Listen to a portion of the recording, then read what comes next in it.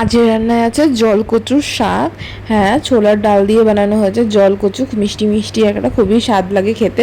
আর আজের রান্নার বিশেষত্ব হচ্ছে যে বাবা বানিয়েছে এই কচুটা, কচু শাক যেন রান্না এক পিকনিকের সমান হয়ে গেছে। পিকনিক বলবো না, এক যুদ্ধ বলবো। সকালবেলা স্কুটি চালানোর প্র্যাকটিস করতে গেছিলাম, সেই করতে গিয়ে বাজারের সামনে মানে বাজার নিয়ে বসেছিল ভোরবেলায়। তো তখন দেখা গেল যে এক কচু নিয়ে বসেছে একজন লোক। সেখান থেকে বাবা কচু নিয়ে এলো, কচু নিয়ে এনে তারপর এই কাটতে বসে গেছে। তা মা বললো এতগুলো কচুকে রান্না করতে প্রায় 2 ঘন্টা মতো সময় লাগে। কচুগুলোকে তুমি বাইরে গ্যাসে হবে না, কারণ এই সময় গ্যাসের সমস্যা, তাই জন্য বাইরে রান্না করতে বসানো হবে। মাটিতে গর্ত করে চুলা জ্বালানো হবে। প্রথমে কচুগুলোর গায়ে থেকে খোসাটা ছাড়িয়ে নিয়েছে বাবা, ছাড়িয়ে নিয়ে তারপর ছোটো ছোটো টুকরো করে এরকম মিডিয়াম সাইজের টুকরো করে রেখে দিয়েছে। আর এই কচুগুলোকে আমি হাত দিয়ে ধরি না, মাও হাত দিয়ে ধরে না, কারণ আমাদের দুজনেরই হাত চুলকায়। তারপর এক বালতির মধ্যে, ভালো পরিষ্কার বালতির মধ্যে জল নিয়েছি, জল নিয়ে এগুলোকে এই হাতা দিয়ে ধুয়ে ধুয়ে তুলে নিয়েছি। ভালো করে ধুয়ে তুলতে হবে, হাত দিলে ভীষণ কিন্তু হাত চুলকায়। একবার আমি হাত দিয়েছিলাম, যতক্ষণে আমরা এগুলো ধোয়াধুয়ি করছিলাম ততক্ষণে বাবা মাটিতে মানে একদম গ্রাউন্ড ফ্লোরে এখানে একটা গর্ত করে নিয়েছে, গর্ত করে 3 দিকে 3টা ইট দিয়ে দিয়েছে। আর একটা বড় কড়াই নামিয়ে নিয়েছে মা, কারণ এই ছোটো কড়াই মানে মিডিয়াম যেগুলো রান্না কড়াই, সেই কড়াইগুলোর মধ্যে রান্না করা হবে না, কারণ অনেকগুলো মানে কচু আছে। আর আগের জমানায় তো দিনে মানুষে মাটি দিয়ে ল্যাপা দিয়ে দিত, আর আমাদের এখানে তো মাটি নেই শহরের দিনে, এখানে কোথায় আমি আঠা মাটি পাওয়া যাবে। তো সেই জন্য ওয়াল পুটিন যে পাওয়া যায়, ওয়াল পুটিনগুলো বাড়িতে ছিল অল্প, সেই দিয়ে মাকে বললাম যে ল্যাপ দিয়ে দাও, জলে ভরে দিলে বাস হয়ে যাবে, ভিজিয়ে দিলে আস্তে করে উঠে যাবে, কারণ যাতে মাটির যে মানে কালিগুলো যে উঠবে, কালি দিয়ে একদম নোংরা হয়ে যাবে, সেই জন্য এই বুদ্ধি আমরা করেছি। তারপর বাসনপত্র সব কিছু নিচে নিয়ে গেলাম। এই দেখো ইটের মধ্যে কড়াই দিয়ে কচুগুলোকে দিয়ে দেওয়া হয়েছে। অল্প অল্প করে কচু দিতে হবে, সব কচু একসাথে জায়গা হবেই না কিছুতে। অল্প অল্প করে কচু দিয়ে একে একটুখানি করে জল দিয়ে ঢেকে দেওয়া হয়েছে। ঢেকে দিয়ে ঢেকে নরম করা হয়েছে। যেভাবে নরম হয়ে আসছিল, তারপর আবার ঢাকনাটাকে তুলে খুন্তি দিয়ে নেড়ে নেড়ে নিচের নরম কচুগুলোকে উপরে তোলা হচ্ছিল, উপরে শক্ত কচুগুলোকে নিচে নেওয়া হচ্ছিল। এরকম করে করে আস্তে আস্তে করে সবগুলো কচুকে নরম করে নেওয়া হয়েছে। যেভাবে নরম হচ্ছে, তারপর আবার নতুন করে আবার কিছু কচু দেওয়া হচ্ছে। এরকম করে করে অনেকটা সময় জুড়ে এরকম করতে হয়েছে।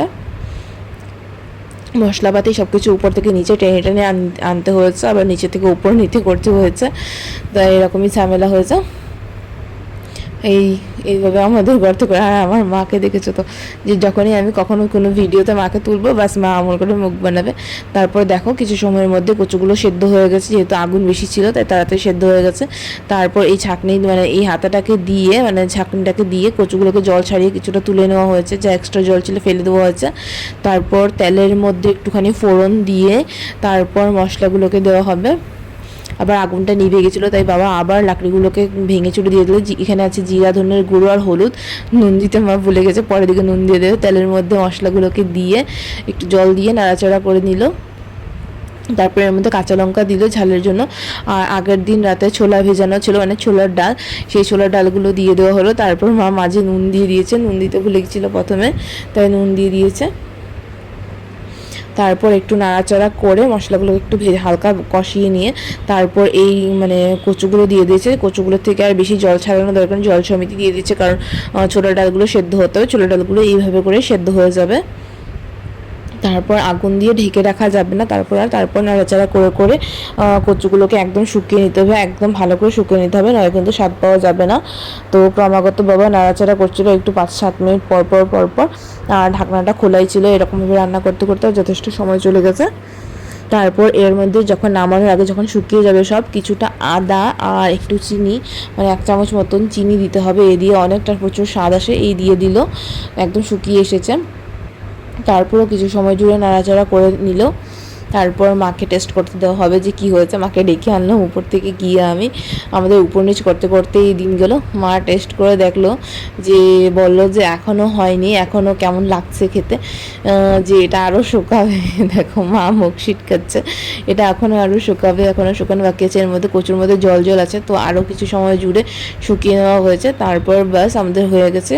উপরে 2টা কাঁচা লঙ্কা দিয়ে তোমাদের সামনে তুলে ধরেছি আমাদের কচুর শাক। দেখো কেমন হয়েছে, নানা রকম ঝামেলা করে বানানো হয়েছে। কচুর শাক তো না, যেন পুরো একটা ফ্যামিলি পিকনিক হয়ে গেছে। উপর থেকে নিচ ঝামেলা ঝাঁটি অনেক কিছুই হলো। কারণ গ্যাস ছিল না, সেই কথা আমাদের মনে নেই। স্বাদ একদিকে দেখবো না গ্যাস দেখবো, সেই জন্য বাবাই নিজেই এরকম করে নিয়েছে। তো রোজ দিন তো মার হাতের রান্না দেখো, আজ বাবার হাতের রান্না দেখো। কেমন লাগলো? ভালো লাগলে একটা সাবস্ক্রাইব করে দিয়ে পাশে থেকো। আর পরবর্তীতে আরও নতুন রেসিপি, এরকম সাধারণ রেসিপি আর বাড়ির ঝামেলাগুলো দেখার জন্য প্রস্তুত থাকো। একটা সাবস্ক্রাইব করে দিয়ে পাশে থেকো। তো এখানেই বিদায় নিচ্ছি তোমাদের কাছ থেকে।